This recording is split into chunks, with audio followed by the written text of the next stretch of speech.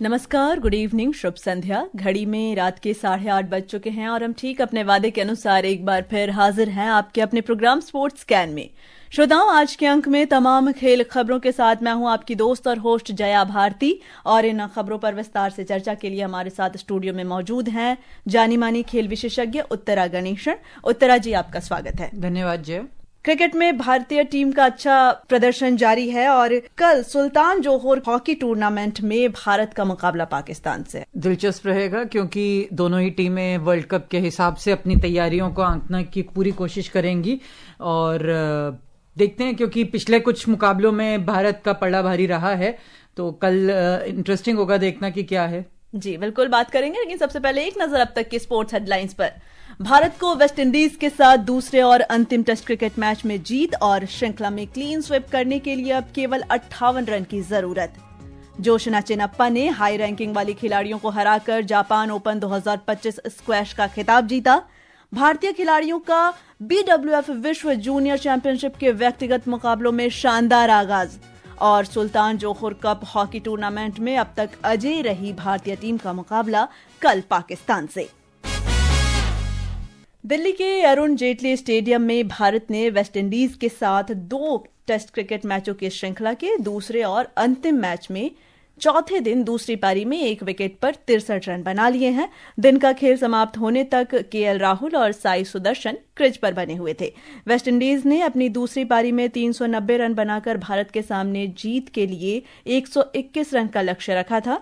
West Indies के बल्लेबाजों ने दूसरी पारी में अच्छी चुनौती पेश की, लेकिन यह पर्याप्त नहीं था, क्योंकि भारत को दूसरे और अंतिम टेस्ट क्रिकेट मैच को जीतने के लिए श्रृंखला में और क्लीन स्वीप करने के लिए अब केवल 58 रन की जरूरत है। मुझे लगता है कि एक पहला सेशन अगर पूरा चला तो भी बड़ी बात होगी। पहले 1-1.5 घंटे में ये खत्म हो जाना चाहिए, जिस तरह से भारत की बल्लेबाजी है और जिस तरह के फॉर्म में यशस्वी जायसवाल चल रहे हैं। पर 5वें दिन तक मैच किया, यही बहुत बड़ी बात है, क्योंकि जिस तरह से पहला टेस्ट खत्म हुआ था, किसी ने ये उम्मीद नहीं की होगी खास। और यहाँ पे भी जब पहले इनिंग्स में फॉलो ऑन मिला था वेस्टइंडीज को, 550 के आसपास भारतीय टीम ने पहले इनिंग्स में अपना टारगेट सेट करके दिया था, तो किसी ने ये उम्मीद नहीं की होगी कि वो कमबैक करेंगे। और अच्छी चीज है, क्योंकि अगर आप 2-2, 2.5 या 3 दिन के टेस्ट मैच खेलते हैं तो ना दर्शकों में उतना उसको लेके इंटरेस्ट बना रहता है, ना खिलाड़ियों में खेलने को लेके बना रहता है। हालांकि फिर भी सिर्फ 2 टेस्ट मैच होना मुझे लगता है कम था, क्योंकि कम से कम 3 टेस्ट की एक सीरीज होनी चाहिए, ताकि आपको एक विजेता मिल सके। अगर यहाँ पे दोनों टीमें 1-1 जीत जाती हैं तो सीरीज ड्रॉ हो जाती है आपकी, तो कम से कम कहीं से एक विजेता तो निकल के आना चाहिए।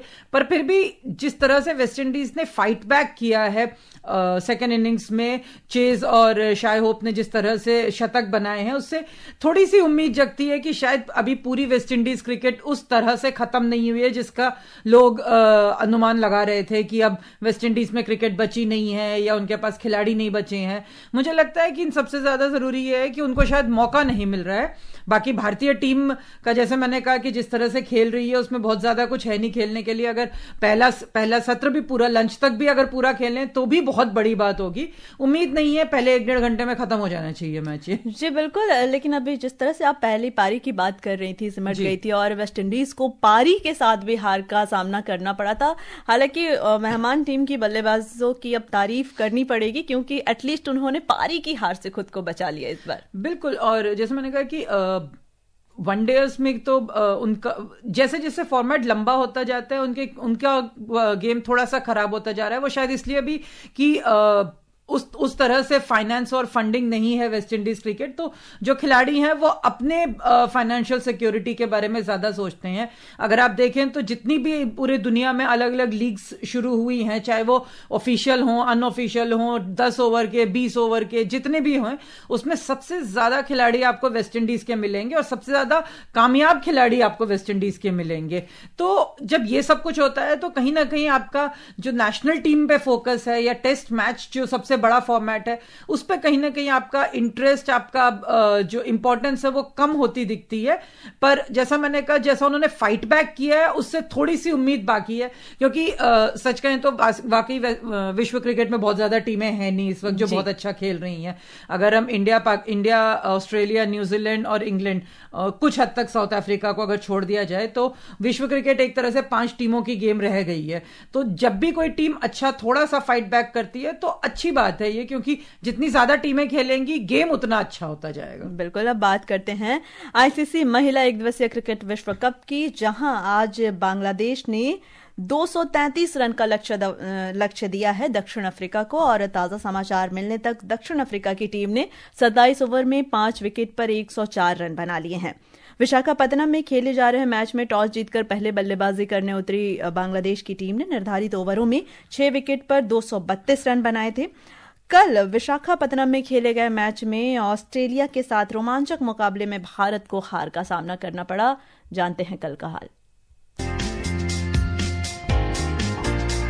पहले बल्लेबाजी करते हुए भारत ने ऑस्ट्रेलिया को 331 रन का लक्ष्य दिया। प्रतिका रावल और स्मृति मंधाना ने टीम को शानदार शुरुआत दिलाते हुए अर्धशतकीय पारी खेलकर दूसरे विकेट के लिए 155 रन जोड़े। ऑस्ट्रेलिया की ओर से एनाबेल सदरलैंड ने बेहतरीन गेंदबाजी करते हुए 5 विकेट अपने नाम किए। भारत के 331 रन के लक्ष्य के जवाब में मैदान पर उतरी ऑस्ट्रेलियाई टीम की शुरुआत भी शानदार रही। कप्तान एलिसा हेली ने 107 गेंदों पर 21 चौके और 3 छक्कों की मदद से 142 रन की विशाल पारी खेली। हेली की लाजवाब पारी के चलते उन्हें player of the match award मिला। भारत का अगला मुकाबला 19 अक्टूबर को इंग्लैंड के साथ इंदौर के होलकर स्टेडियम में होगा। भारत अंक तालिका में 2 जीत और 2 हार के साथ तीसरे स्थान पर मौजूद है। विशेष शुक्ला, स्पोर्ट्स कैन।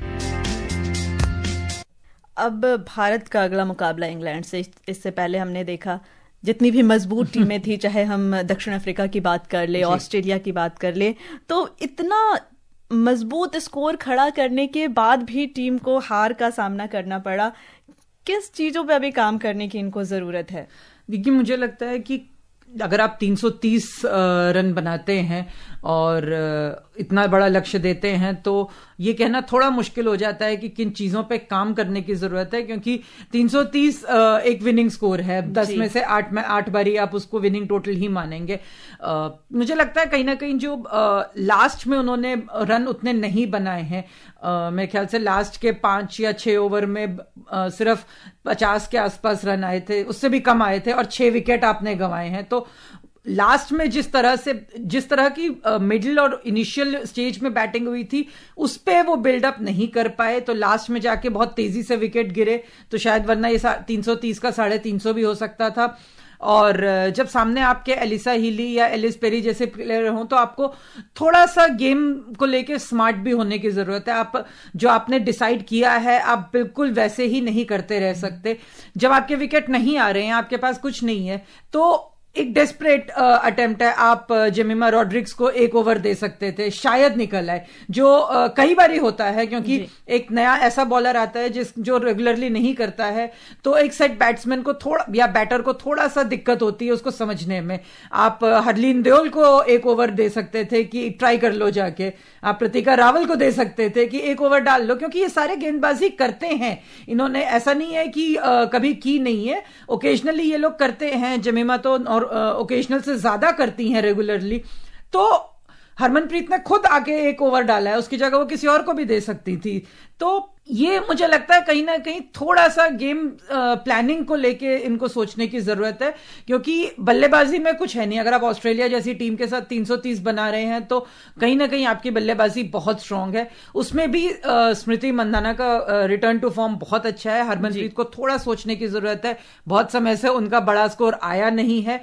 केपेबल हैं वो, सबको पता है कि अगर वो फॉर्म में आती हैं तो वो अकेले टीम को मैच जिता सकती हैं, पर बहुत समय से बल्ला उनका नहीं चला है।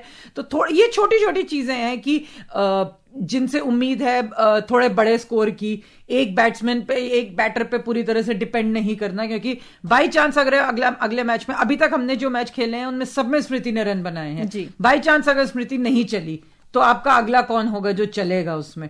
ये चीजें थोड़ी सी देखने की जरूरत है।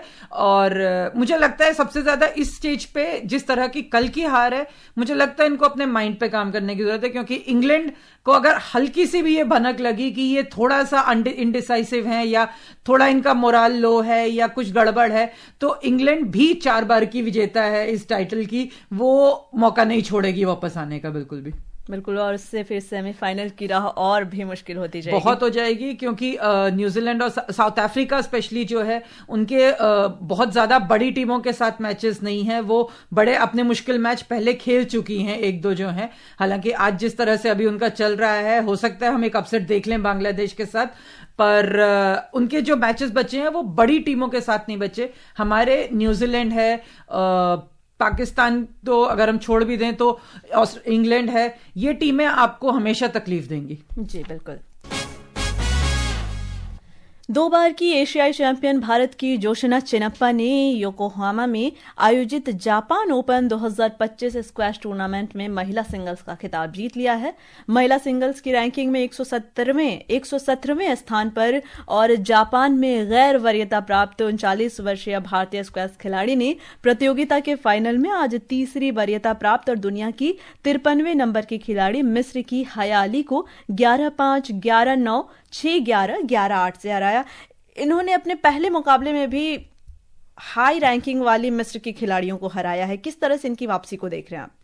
कि बहुत स्क्वॉश जिस तरह का खेल है उसमें 39 की एज में आप ऑलमोस्ट 1.5-2 साल इंटरनेशनल सर्किट से बाहर रह के वापस आ रहे हैं, ये बहुत बड़ी बात है।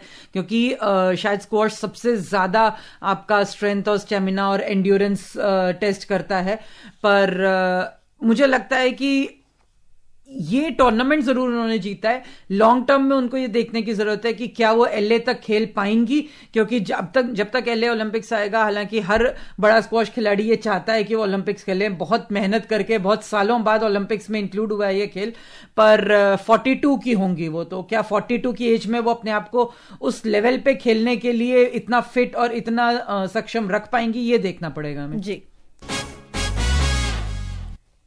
गुवाहाटी में अल्था ज्वाला हमर और वेन्नाला के की अगुवाई में भारतीय खिलाड़ियों ने आज बीडब्ल्यूएफ विश्व जूनियर चैंपियनशिप में अपने व्यक्तिगत अभियान की शानदार शुरुआत की। मिक्स टीम चैंपियनशिप में भारत को ऐतिहासिक कांस्य पदक दिलाने के बाद वरीयता प्राप्त भारतीय खिलाड़ियों को शुरुआती दौर में बाई मिली है, जबकि अन्य खिलाड़ियों ने राष्ट्रीय उत्कृष्टता केंद्र में अपने अभियान का शानदार आगाज किया। और अब बात सुल्तान जोहोर कप हॉकी टूर्नामेंट की, जहां अब तक अजय रही भारतीय टीम का मुकाबला पाकिस्तान से होगा।